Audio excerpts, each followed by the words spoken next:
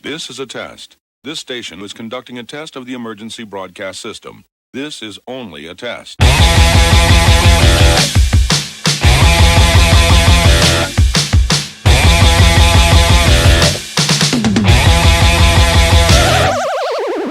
McMahon Music Podcast. James McMahon Music Podcast. James McMahon Music Podcast. James McMahon Music Podcast. He speaks to the geeks and the musical freaks, but sometimes popular but mostly a freak because he's James McMahon Music Podcast. James McMahon Music Podcast. This concludes this test of the emergency broadcast system. Always best to be polite and ask if I can start recording. It'd be a bit rude if I just started without asking. Sorry, I'm a little bit late. Today's been a nightmare. It's been, those days that are just a nightmare. You wake up too early. You can't really get in the groove of the day. That's been today. How's your day? Sorry there, man. How's your day been? It's been all right. I guess I had one of your days some weeks ago. Got like a what's called slip disc, herniated disc. Oh man. Yeah, so my day has been doing long walks, which I did today, which was nice. So yeah. If you've done your back in, is going for long walks? I mean, I'm not a doctor, but is going for long walks a good idea? That's what they say. That you have to like. Be active and stuff, and they gave me like a lot of exercises, like stretching stuff to do. But they say you should do like what you normally do, but just stop when it gets painful. So that's what I do. Oh, right. This podcast is proving to be very educational already. I'm still trying to get some of my weight I piled on during the lockdowns off, and so I've been trying to walk. A little bit more, and I was listening to the new record today. That's a very good segue. I was listening to the new record while I was hitting the streets. It's a good one, isn't it? Yeah, thank you. Yeah, I think so. Yeah. I was reading that you wrote these songs. Basically, this record was done quite a time ago. So these songs you kind of live with them for quite a time. Is that correct? That I've read. Yeah, we did. Like three other songs we actually recorded during lockdown in Oslo, in a studio called Caliban, and the rest we did summer of 2022 in Ant Farm Studios in Denmark. So yeah, we've been living with this record for quite a while. Yes. So what was the gestation period? Was it just that you, because of how insane the world has been in the last, well, I think it's been insane for quite some time, but particularly mental with the lockdowns and such like, was it just a case of holding on to it until he could sync up a tour and do everything properly? Well actually I wanted to get it out like early. I guess first I wanted to get it at end of 2022, then early 2023, but like long before that, like we decided we wanted to change labels, and we actually went about it. We were going to try and just do it ourselves, and so initially we ended up with a label. We ended up going to Norway's Indie Recordings, which is cool. It's like the only label pretty much you go to for rock in Norway. Okay. But initially we were going like try to do it ourselves because we'd done that like before, and there's like a freedom to it. So that's I guess, and we had to get out of a record deal. So I guess that's why it took so long. But initially when we didn't weren't able to put it out early 2023, it was like, okay, then we can just wait. Then we don't need to rush it. And we already rushed the record like twice, one in 2019 and one in 2021 during the pandemic. So it was kind of like, okay, let's just take our time with this one. So we've been like holding on, sitting with it for very long time. I mean, going back a little bit, how long did it take you to think of Molotov Rocktail, and how proud of yourself were you when you thought of that? Actually, that one came. That one came like we had like a just in the band's like chat group. We had just like back and forth. So I just I don't remember if it took particularly long or if it came very fast. But I just remembered I was just like throwing it out there like Molotov Rocktail, and everybody like yeah. So that so I remember that one. But when I got like a smug face, that was like the last song on that record called Immortal Space Pirate 3, and I have Too Old for This Fit. So I got like both Little Weapon like Danny Glover thing and a Star Wars reference in one. So that was kind of like smug. I was like, yeah, that's the song title of the year. Do you know what? If I could have any special power, I know I'm aiming quite low here, but whenever I worked in music magazines, I always thought I was pretty good at everything that I did. Don't want to be big-headed, but I thought I was a good editorial guy. But the one thing that I couldn't do, and I wish if I could have a superpower, if this would be it, it would be having that ability to pun. I was useless at punning. I would just sit around and be like, why is this not working? Why can I not? Why, because British music magazines, that's sort of the stock in trade.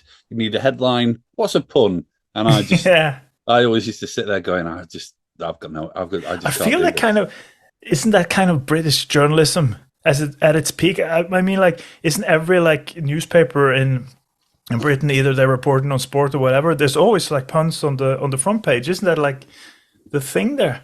Yeah, I mean the Sun, which is unless you are of a particular political persuasion, and that's not my political persuasion, is widely viewed with a degree of contempt. But it's hard, even as someone who works within media, to not look at their punning and go, they are the top of the class. It is a real skill. I don't know what it is about my brain, but I just feel like you do it with every record. Straight Edgelord was a good one. I mean, it's not quite a pun, but it made me laugh. I mean, I'm happy with the Straight Edgelord thing, but sometimes I'm kind of like, I'm like, oh, I just gotta stop. Can we just no, that's exactly what you need to not be thinking. You need to go. Yeah, but sometimes I'm like, this is getting ridiculous. Can we just have like one or two normal song titles? But then I'm like, but it's like then I think like, what if we don't use Straight Edgelord? Somebody else is gonna at some point, and then I would be like, I actually thought of that, and they were like, yeah, right. So I'm just like, I guess you got to get it out, Yeah, I'm sort of thinking of that. I'm sort of thinking of JFK. I'm sort of thinking of the JFK quote about, kind of going to the moon because it's there. And I feel like that's what you're saying in a sense. Because often I feel like if I get like a good pun on a song title or like a cool title, I go on Spotify.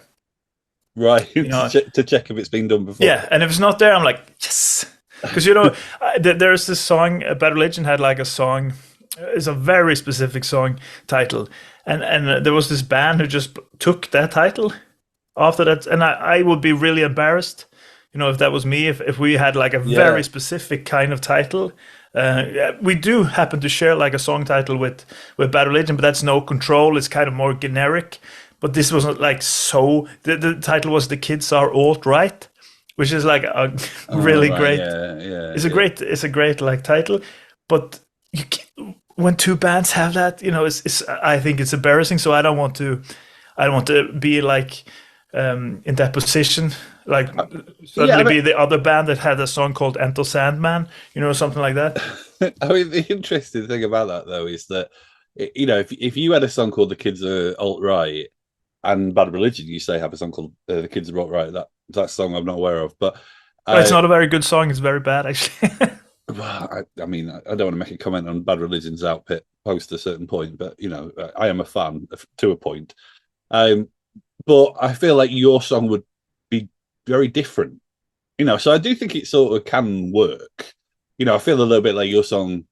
I like the sliver of humor that runs within your music, and that's always a weird thing I think for a journalist to say to a musician, because I'm not saying for a second that there's anything what you do which is like comedic, but there is, there is a sense of mirth, and I feel like Bad Religion's take on that song would be a little bit po-faced. It would be a bit of more of a lecture than a song. Yeah.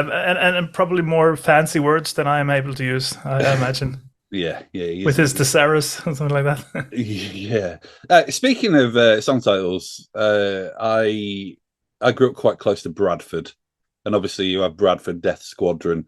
And I was reading that you were basically just picking the worst places in the UK. And I have to say that if you're a fan of curry, Bradford is the place. Bradford is the best. I mean, my wife's from Birmingham; she would argue otherwise, but Bradford is the best curry in the UK. So I feel bad for Bradford. Basically, I don't feel like you're giving Bradford as the dues it deserves. We actually ended up playing in Bradford last year, and I thought it was all right. And the song is kind of.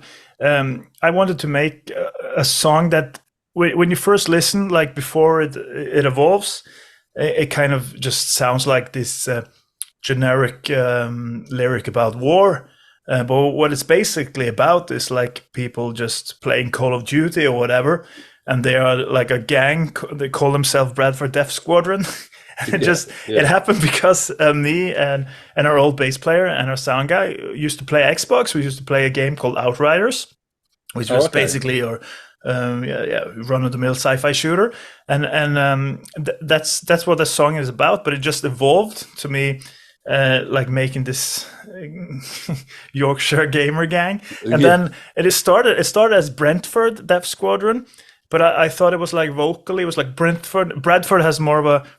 It's like harder to say. So then I started like Googling and it came up like one of the worst places in Britain. I was like, okay, Bradford's cool to use there. And then I had to like, because there's like the Bronte sisters. So I kind of did a little history lessons for myself on Bradford for that lyric. So it's probably the lyric where I usually don't read a lot of articles before I write my lyrics, but I had to do that to get the facts on the Yorkshire, Bradford, and the ways and stuff on that song. Bradford's quite heavy metal as well. Actually, it's the sort of place that I mean, I can think of a few bands that were from Bradford, but I do remember when I was a kid going to some of my first rock clubs. So it does work. It does work. But if you're ever in Bradford again, make sure you have a curry because they are. Yeah. I mean, we went to this. We had Italian in Bradford, and I tell you that was not. It's not the Italian capital of the world. I tell you that. No, that food was not very good. But is Chris Slade from Bradford? Yeah. Because we played Night Train, and there were like pictures of him everywhere. We were like, that's pretty wild. So we were like, okay, he must be local, or they just loved the Razor's Edge period of AC/DC, maybe. Yeah, I'm just gonna check that actually. Chris Slade, is he from Bradford? There was like a lot of pictures and videos with him, so it seemed he was local at least. Oh, that's really strange, isn't it? Anyway, we'll continue, and I will check this in the background. With the song that follows that, "Let's Storm the Capitol." Tell me about that song. And you're right, by the way. Chris Slade is from Bradford. He's from Bradford. Okay. It's really. I mean, obviously, I mean, he, member of AC/DC. He's rock royalty, but it's strange that Bradford has chose to honour him in such a forceful way. Anyway, the song that follows that, "Let's Storm the Capitol." Well, tell me about your thoughts about that song. I'm interested in that day. I can't quite get over January 6th. It was one of the most insane things I've ever seen with my own eyes. And same. It was kind of like, is this happening? And it kind of inspired that song, which it's very like it's in the title, but I think like lyrically it's more about how people, I think, often can feel that they're like, they can feel that it's their opinions, but I feel a lot of people just got led there by populists and just to be a part of something. That's what I tried to satirize in the lyrics, and like song wise, I guess. It's Olaf's mother, our drummer's favorite song we ever wrote, so I guess that's something. So yeah. Have you ever gone down the conspiracy rabbit hole with the with January 6th? It is quite bonkers. I sort of have a bit of a view. I mean, I imagine politically, if I sat down with 99.999% of people who were going nuts that day, I would have very little in common. But I sort of also kind of hate the vilification of I don't know, people who kind of feel very lost in certain political systems and feel like people aren't speaking to them, and like almost what you were alluding to are egged on really by kind of bad faith actors. What's I mean, these are insane political times. What's the situation in Norway Regarding? Well, in terms of, I mean, do you feel which way does the government lean? Well, that is kind of when we feel that we have like a government that leans right. It's kind of they are even more left than yeah. Yeah, they're even more left than the left in for example America and Britain. So we feel like, oh shit, what are they like so right? And then when you compare them, they're actually just very like soft. Yeah. I mean, if that makes sense. If I'm, like what is very extreme to us is would be called socialists in America. Yeah, you know, that's the political situation in Norway. So whenever there's like partier like Fremskrittspartiet and Høyre, we are all like, oh my god, nah, this is now it's over for Norway. But when you look at it, it's just kind of like if those political parties would have been in other countries, they would have been like communists. You know, that's so it's not that bad, but we're never happy because there is like Norway has a lot of political parties, and there has been a shift to the right the last years, but also then you get like what you call a sentrumsregjering, which is basically in the middle but leaning to the left. So it's kind of it's a very shifting situation in Norway. But when everything comes to everything, it's kind of not that big of a difference as it would be in other countries, I think, because we are all very like social democratic country. Yeah, it does feel. I mean, it does feel like Europe in many ways is shifting. It is being dragged to the right, but it sort of feels like from, I mean, what do I know? My worldview is literally shaped by musicians that I speak to, but it does feel like Scandinavia is sort of holding the line. It feels like Scandinavia is still maintaining a kind of wall of sense and decency. Well, I'm not gonna. I don't know enough about it, but at least from our perspective, in Sweden, there's a lot of like alt-right kind of political parties, I think, but I don't know enough about the situation there to like talk about it, because then I don't want to be like no, and then it's probably wrong, you know. Yeah, totally. Listen, this is a podcast. It's like the entire point is to spread misinformation. That's what podcasts do. Tell me about the sort of central theme of the record. Because the clue's kind of there in the title, "All Our Dreams." It's a very resigned statement. Is that kind of is ultimately the record about resignation and disappointment? Yeah, I mean, it is. It wasn't like it's not planned. It's not like a I don't know, like a Blind Guardian concept album kind of thing. It's just like when I was gonna find the title, I kind of saw through my lyrics, and I was kind of like, it's a lot of failures, resignation, a lot of hopelessness, a lot of lost hope here. And at first it was titled. We even made a cover called "Everyone Fails in the End," which was kind of a nod to one of the best Weezer albums on the part of 2010 and a Converge record, but I thought maybe it was too blunt, too obvious. So we used it as a song title instead, and then All of Your Dreams came about, and I thought it was more of a cryptic record that also can mean different things, which I think you can find in the records. So that's where the name comes from. And as for I see a lot of like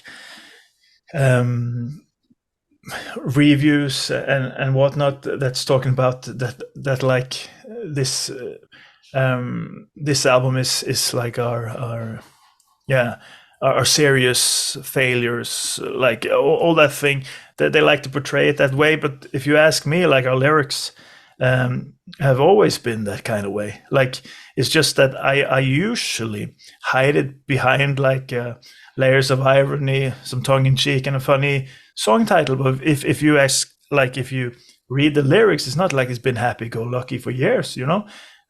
So I don't like when they call us like a party metal band, like a beer rock kind of band that's become serious, because I think it's been in the lyrics all the time.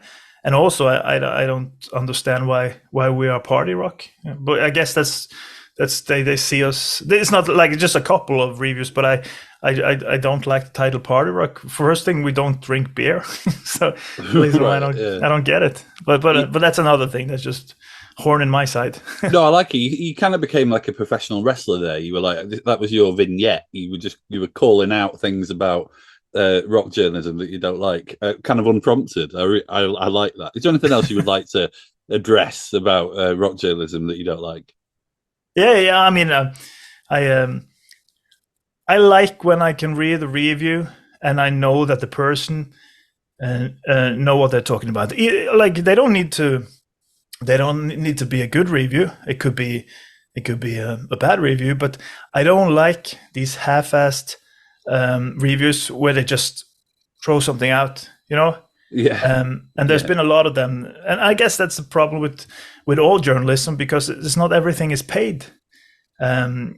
Well, and even if it is paid, it is the sometimes, I mean, it's a while since this has been the situation in my life, but sometimes I would be writing 2 or 3 record reviews a day. So there was that thing of, and also everyone's obsessed with like being first and being new. So it's like, how quickly can we get this review online? But that's not what music's supposed to be. You're supposed to live with something, and your thoughts evolve about it over time, unless you're kind of wired in a sort of sociopathic way to immediately decide what you think about something. I mean, without being too sort of, I don't know why I'm clearing my throat by saying this, because this podcast always ends up talking about where people's heads are at, really. So I was just doing a little kind of preamble of, without being too Freudian.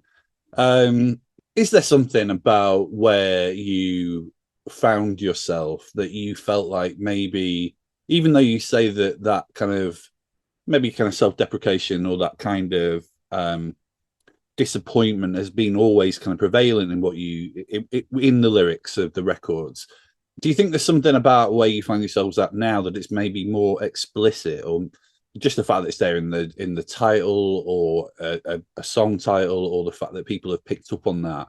Is there something about being in a band in 2024, particularly your band, that you do find, you find those frustrations and they're maybe a bit more overt than they'd be? Yeah, I mean, you open up a can of worms here. I mean, there's a lot of frustration, and it's not necessarily because I saw someone was like, yeah, it's because of the pandemic who put a stop to their momentum or hype. No, it has nothing to do with it. We're pretty happy. Like, we were a totally unknown band. Like, we had no booking agent, no manager, no label. We just were on our own. So we are pretty happy where we're at. And that we have managed to get a career out of this. But like, I guess the reason is probably because I've started to maybe on the last couple of records, I more started to have more of a personal vibe on some of the lyrics, more of an insight in how I kind of feel. And like a song like Careless in the Age of Altruism from the last record, and maybe the title track of this, I guess that's more of a thing that wasn't there before when it was just stories. But like frustrations on a band, I have a lot of them. I have one like for example, we had to reschedule because of my back injury, like a show, and then and another one place wanted to book us, and they're just like, okay, yeah, we'll book you, blah blah blah, and they're like, we'll do it at this time, at that date. There's the artwork, blah blah blah. But when that date comes, they don't have a ticket link for us. And there's not like a Facebook event that comes a couple days after, and there's always this. So I always, since we don't have a manager, I always have to be like, can you please give us the ticket link? Can you please do this? And like for the label, it's like, yeah, it's a lot of like little things all the times, which makes it like annoying to be in a band of our small stature. So that I feel that like. You always have to just be on people, but it should be just basic. Like, you're the promoter, I'm not the promoter. Give me a fucking ticket, like stuff like that. So yeah, that's on my nerves lately. So yeah. No, I mean, I thought you were going to go a bit further than that, actually, because I do feel. I mean, well, I could, but you know. Well, I did it was the Brits here, you know, the Brit Awards, the big celebratory backslapping fest of the British music industry they hold every year, and. Yeah, it was on Saturday, and you know, being a journalist, sometimes TV programs ask me to comment on certain things, and I went on Sky News, and I just let rip, because it felt like normally it wouldn't annoy me. Like normally the idea of, you know, there being, it's got nothing to do really with the kind of music that I like or how I sort of see music in any way at all. It's just a silly awards ceremony, whatever. Just put the telly on, shut up, enjoy the mush, you know, enjoy the showbiz. But I got asked to talk about it, and I just went absolutely crackers on the telly, just talking about how grotesque I found it. And it really was, because there was just, I feel like, you know, music matters so much to me, and there's just so many bad stories every day about venues closing, and then you look at this like a big awards ceremony, and it's like sponsored by MasterCard, and again, whatever. But it's like the loose change from what they would be, from, you know, their yearly profits, their monthly profits, their daily profits would keep an iconic British venue open for, you know, 10 years or whatever. Like, and I just was like, music is so, you know, it's like there's these people like, you know, it sounds like yourself, who need to play music or need music. People need music, and yet we're just being failed. You know, just being failed by the people who really should be doing their jobs, who shouldn't be, you know, who shouldn't be. It's not a time for long lunches. It's not a time for big award ceremonies. No, I mean, I saw there was the Brit Awards thing, and same in Norway. There was like there's this called Spellemann, which is Norwegian Grammys. They had like their announcement, and then suddenly it was like, it used to go on like NRK, which is Norway's BBC, and it used to be like more of a, it was always a show, of course, but it was more of a serious thing. And now this year it was just like, it's on like, I don't know, a populistic newspaper's website, and it's sponsored by Pepsi. So it's just like all of the schwung, or I guess the respect out of that award is kind of so yeah. I don't know if it's Brit Awards the Grammy kind of, or is that more of like a party thing? I always thought of it like a party thing. Yeah, I mean, like I say, it was always, you know, even when I was growing up, it was, I mean, there's a famous Brit Awards that was hosted by the pastry girl, the glamour model Sam Fox, and Mick Fleetwood from Fleetwood Mac in the 80s, and it was famously like a, you know, must-see car crash television. Everything that could go wrong went wrong.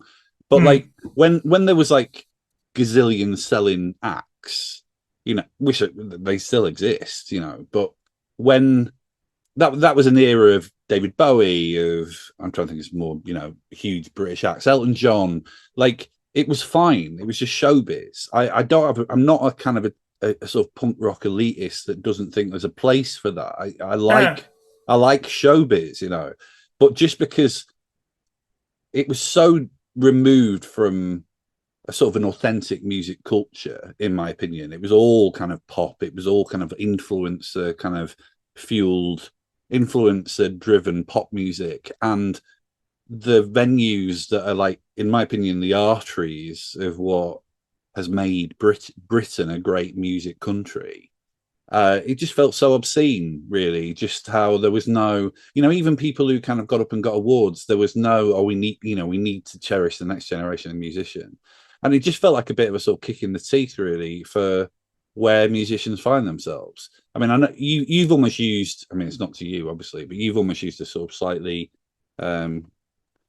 just an everyday irritation to illustrate your frustrations about music right now. But there's also something about the fact that it's just so hard. It's just so hard to do this now. And there are people who are, they are dining out of the tastier bit of the trough.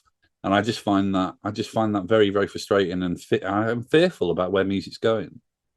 But I agree with you. I would kind of, I have that thing just at the moment with all the promoters that we never can get like a release together, it seems. But I like what I'm mostly annoyed about is the fact that these days I feel like you have to be on social media, like, and labels pushing to get a TikTok. We're not getting a TikTok. And I feel like just to get your music heard, you have to like, you can't like, for example, we have like this great, it's a British artist, by the way, done the All Out of Dreams cover. It's just great artwork.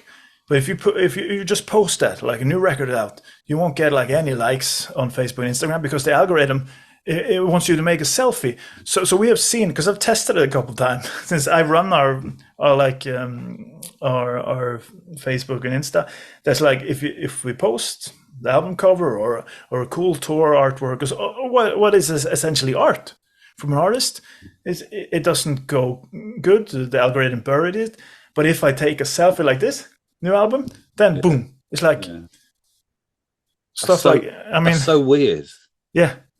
Because they wanted, I guess the algorithm would show us a person there, but I don't understand it, But yeah. So like all these things, but I guess also it's frustrations that always bubbles or comes to the surface when you haven't played for a while, and we haven't played since mid of December. So I guess when we're going to play our first show on Friday, and I guess then like we can focus on that, because lately I feel we're just doing administration stuff, Yeah, I think that's the thing. Quite often when I speak to younger bands or younger musicians on the podcast, there's a sort of they don't really know that there was another way, and that's good, in a sense, like, and they talk about marketing almost, and this is not judgmental at all because it's just the way the industry is now, but they talk about marketing with real kind of zest. It's almost like part of the creative process, and that's cool. That's totally fine. I mean, I don't think it's any different to me when I was a kid making fanzines, or when I was in a band handing out flyers outside of a venue or whatever. I just think that's, every generation has a different challenges in terms of promoting their music or promoting what they're doing. But it's that thing of like, you don't get in a band to understand algorithms. You don't get into a band because you're interested in tech necessarily. So yeah, but I will say this: you've hit the nail on the head. When you're out in front of people, I'm sure you'll be reminded that you still have dreams left to achieve. You see what, see what I did there? Absolutely. I mean, it is like, because to a certain degree, I guess we have been we have done a lot of things ourselves. Like now we have a booking agent and label, but still it's basically us. And then you have to do a lot of these stuff. It's just like when when the social media is actively working against you, and also when you feel like everybody's not pulling in the same direction, that's when it gets like. And we've been a band for over 10 years, so I met my share of these industry people that will, basically lie to you, and and I understand it, and I don't want really to be a part of it, and luckily we have like a little team with people we trust and we like, but if I can help it, I would just like to keep it that way, But I guess that's also, you see, like when you see like bands getting big in like a lot of or artists in a lot of genres nowadays, it's basically industry plants. Like not everything, but you see a lot of them. It's like, okay, they have a manager from day one, they have like a label from day one. It's like it's very. I said like some years ago as a joke, but I think I kind of stand by it, that I don't trust the band who has a manager from the get go. Yeah, I remember being so principled that when I ran my I used to run a sort of not run a venue, but run a night at a venue, and it was all kind of built into an ecosystem of fanzines and radio shows and stuff back when I was a student. And I was so righteous back in those days that I remember kicking a band off the bill because they had a manager. just being like, what the fuck? Why have you got a manager? And I am married to a music manager now, so that's. Yeah, I'm not against managers. I'm just like, there's something with when bands first, like there seems to be, okay, we have to get a manager and we have to get like, no, you have to write some songs. You have to like play some shows. It's like we didn't have a manager until like 5 years ago, and that lasted two years. Like, and we done all right, Yeah, no, totally. It's like I think the focus is all wrong with that. Also you have to get a label. No, you don't. Like half our back catalog we released ourselves. I think labels at this point are only helpful at one thing, and that is getting like digital, like Spotify, Apple, like on those lists, because like PR firm, we can hire it, like a distributor, we can hire it, but it's the little thing where they network for you. That's the only thing they're useful at this point, is my opinion. Well, that's the thing when people talk about money, and I can say this because I don't have a tremendous amount of money in this time of my life, but when I kind of yearn for money, or when I've had money, I've come to realize that the only thing that's really good about money is you can pay people to do the shit you don't want to do. Yeah, that's sort of the benefit of money. And also there's something a bit gross about that as well. Do you know what I mean? It's a bit like, I don't know. I'm not proposing that I want someone to walk behind me and pick up my trash. You know what I mean? But I feel like that is. But if the money's not there, you know what I mean. If that's where the industry's at, it's really about kind of going back to basics for bands like yourself. And I mean, what size venues are you playing at the moment? In Norway. Yeah, what would you do in Norway? What would you do at home? Well, it depends on like Norway is a big country with a lot of small towns, and for example, this tour we're doing a lot of small towns and some of the big, and like in Trondheim, we usually do a venue that's 750, but now we do 550 just because that's a venue we want to play. And in Bergen, I think it's 400 cap, and the others are usually 200 to 300. I think maybe some is around 150. And in Oslo, we do like around 1,000 cap venue kind of thing. But yeah, that's where we're at in Norway. In like outside of Norway, it's a lower tally, around I think. But it depends actually on the town, because we do quite well in London, and it's very like, it depends on the town for a band like us. Did the Metallica shows give you a taste for a bigger for bigger stages, for want of a better term? Yeah, I mean, it's like it was so surrealistic that, like, at least from on my part, I never imagined we were going to play stadiums again, you know. But it was kind of the thing with that is it's so like Slane Castle was a capacity 80,000 something. It's so surrealistic, so you only just focus on the ones in the snake pit, the ones that you can actually see. So it kind of feels like a intimate show anyway, because that's the one you can watch. The others are just like hordes of humans. But I do enjoy a big show. Like we did a couple of years ago. We did a support gig for Judas Priest in Stavanger, which was the arena show, 5,000. And when we do big festivals, like we did Hellfest, main stage there's like many thousands of people. I do enjoy it. It's just different. Sometimes I just love like a big festival show, because you go there, play 45 minutes, maybe some good catering, maybe you're lucky there's some bands you like on the spot. But sometimes I get like if we've done a lot of festivals and then some support shows, I can get quite sick of it, and I want to do some headline shows again. That's what's happening now, of course, because of the record as well. But we have done just so many supports the last year, and then you kind of miss that intimacy of playing to your own, which I'm really excited about now, because we haven't, like, we did just one club show in Norway last year. It was just like a celebration of 10 years as a band. Right. So now it's going to be cool to play for people that sing along to every word, you know? Yeah.